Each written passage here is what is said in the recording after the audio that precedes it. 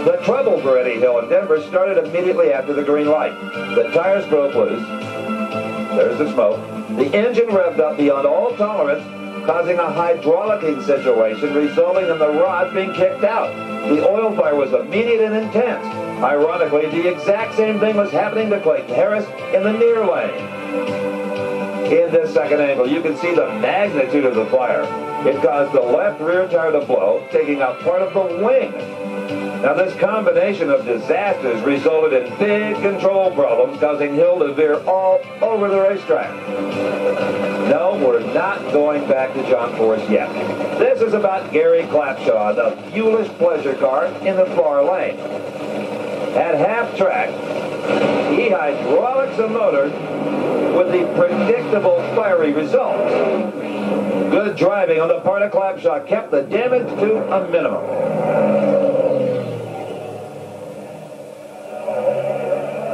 Well, Gary, these things are no fun for the real veterans. When you're not all that accustomed to it, it can be really horrifying. Yeah, you just want to get the car stopped and get out of it. You know, that's what's on your mind. See if you can get the bottle set off and the laundry out and get things stopped. So, yeah, that's what I tried to do. I got out of it, flopped out of there like a big tuna, you know. But we're talking. That's the important thing. Yeah, I'm fine. I'm fine. Car's burned a little bit, but we'll be back. There is nothing more frightening to a funny car driver than to see the two little Lexan windows of the firewall glow orange. And that is exactly what happened to Gordon Mineo, the driver of the car in the near lane.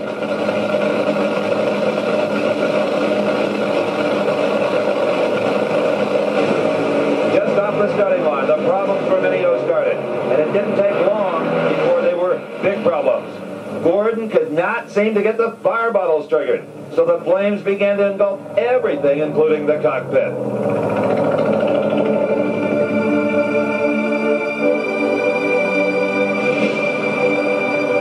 Thankfully, it was only mere seconds until the safety safari was on the scene, helping Gordon Mineo through the escape hatch to fresh air.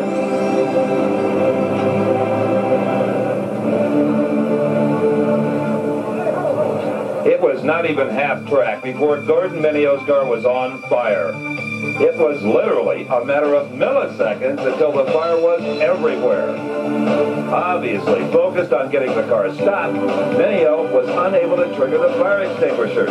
This allowed the fiberglass body to become fully involved. Gordon Mineo was lucky to walk away from this one.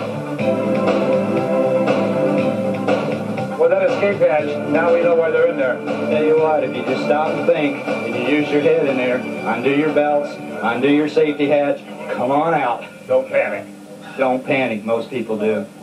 Words to race by. The 1992 Chief Nationals in Dallas are going to need a chapter all of their own here in And They Walked Away 3 in order to tell all of the stories. First, veteran Gene Snow had not been to a race in 6 months and was here in front of his hometown fans when the very unexpected happened. A blown tire destroyed part of the car's wing and put Gene into the wall before he had a chance of getting his car under any semblance of control. The resulting small fire underneath the car made getting out of the cockpit of utmost interest to Gene. He was unhurt. But a word of advice, if you're going to sell your race car, bring it to the track and leave it on the trailer with a sign. Gene Snow didn't, and it was no longer a clean one owner. In this angle, we can see that the destructive power of a cut-down tire can do extensive damage. Here, the left side of the wing is disintegrated, and as we've seen before, a car in this condition takes a violent turn into the closest guardrail. One of the most interesting things about this crash is how the integrity of the driver's compartment held up. Watch it crush and absorb the shock. Gene Snow is more mad than hurt, I think. Gene, you all right? Yeah, you're exactly right. I never did see Pernome, and I don't even know what happened. Did it blow a tire? What happened? Apparently about 1,200 feet, it looked like a left rear tire. Something happened to it. Gummit, I've never, you know me, I've only been in one little crashing with these things. That thing was doing all this stuff. I said, hang on, Snow, what are you going to do? I can turn the fuel shutoffs off. It's unbelievable. It didn't hurt me. We're glad of that. Thank you. I appreciate the concern, everybody. Now, we don't need yet another member of the blowover club, but we got one in Dallas nonetheless. Young Doug Herbert, who up until this event was having the best drag racing season of his career.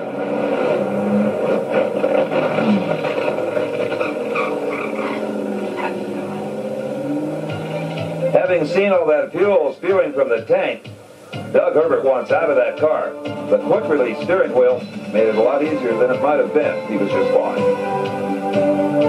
This blowover was not as serious as many others that we have seen because it happened closer to the starting line and the car was not traveling at top speed. A blowover, however, is a blowover, and Eddie Hill is the only driver ever to fix a car that has been through one of these. The blowover, the worst fear of any top fuel driver. You had no defense. It was gone from the minute you stepped on the pedal. Yeah, it started coming up a little bit. You know, it held about a foot and a half, but it does that every time it leaves the line. So I wasn't real worried. And I've been in a lot of boat blowovers before. And as soon as I got up, you know, as soon as it probably got up about 6 feet, I realized what was happening. I got my foot off it, and I pulled the fuel shutoffs, and it was just too late. Believe me, whenever this happens, every top fuel team puts a little more angle in their front wings or maybe a little lead on the front end to help it settle down. The track at Dallas is especially treacherous for short wheelbase sportsman cars. The all-concrete surface amplifies any problem, be it mechanical or driver related. In the competition eliminator class, Dave Blair and the near lane found this out the hard way.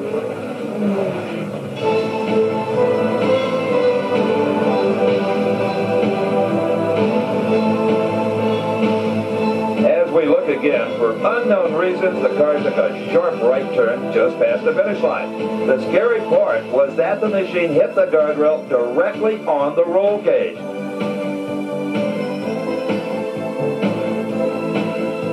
After bouncing off the far wall, it proceeded across the track, tumbling just once, and came to rest at the opposite guardrail.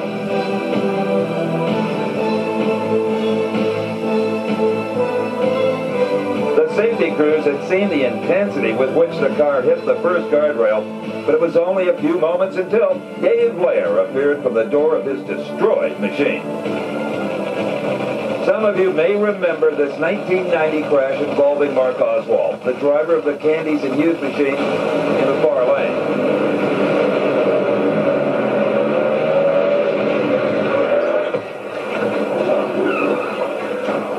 It resulted in one of the most thoroughly destroyed race cars in the history of the sport.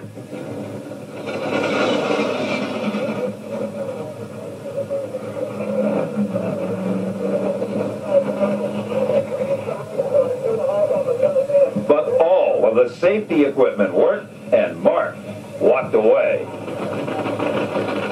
He was back in 1992 at the wheel of the Petosa Brothers entry, and regrettably, his luck at this track had not changed much.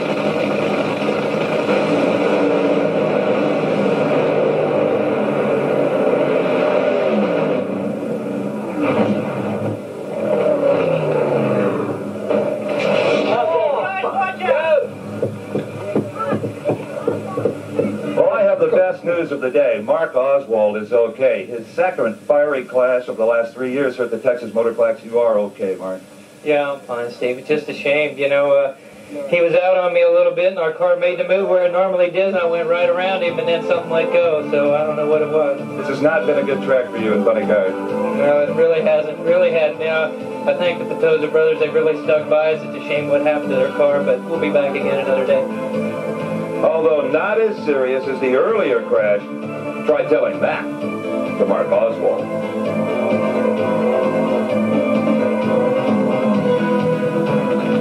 Now, continuing the John Force story, here is what happened at Dallas in 1992. Cruz Pedregon had the points lead, and Force needed to win at Dallas to have any chance at all of taking his third championship.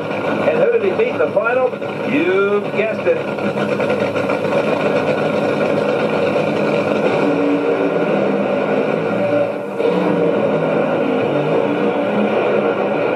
John was disqualified when he hit the wall. You weren't thinking about that.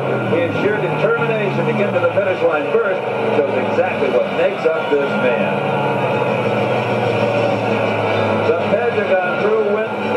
The starting line. Their victory all but clinched the 1992 Winston Championship. This was shown live on the Nashville Network. I've never had such reaction to any racing coverage. It was incredible. Announcer Brock Yates described it as a short-track stock car race. Force, wall to wall, hit the wall at least twice, and at the far end of the racetrack was really semi-conscious. How he got the chutes out and shut off the engine, nobody really knows. Watch one more time. Pedregon looks like he's beat. Force loses traction. Force loses control. Force hits wall. Force hits wall again, this time much harder. Here comes Pedregon. Forget the disqualification. Cruz still got there first. Force's bell was, as they say, indeed rung, but he insisted on walking away.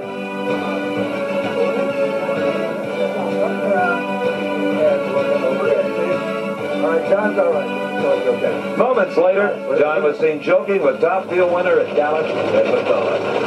With his championship all but lost, John Force came to the 92 Winston final still ready to do battle. And in qualified, he was trying to run a world record time. But when a team tries to do that, the unexpected is almost always the end result. Force in the near lane.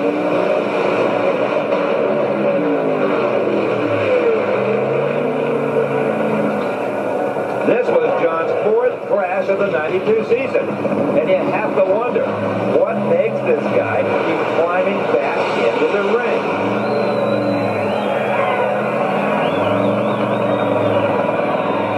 Here's why. Hey, she laughed. We're trying to run a fairly good number, and throttle just, it smoked the tires and went to pellet, and the throttle hung wide open.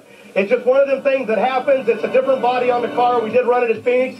But winning out of this race, Cruz Pedregon's horseshoes are holding, obviously. But we got another car in the trailer. We can get back, fix this one maybe, mainly get back in the game for the fans, because that's why we're here. The money's dead. It's over unless we win this thing, and we're going to try. Had Sigmund Freud ever met John Force, he would have rewritten all his books before he killed himself. Force is a one-off. And we close this chapter of And They Walked Away Free with Gordon Mineo at the 1992 Winston Final. In one of the stranger incidents we've seen, Gordon managed to blow both rear slicks at the same time, immediately turning a sedan into a roadster. There's no interview with Mineo because all he had to say when he got out of the car was, "That's the damnedest thing I've ever seen." As we look again, within less than a second of each other, both rear tires were cut down. And as we've seen before, the destructive power is enormous, here shredding the fiberglass body as if it were paper mache. So, last but not least, Gordon Mineo again walks away from a nearly destroyed race car. And they walked away free, and all of us at Diamond P Sports, I'm Steve Evans. So long, until next time.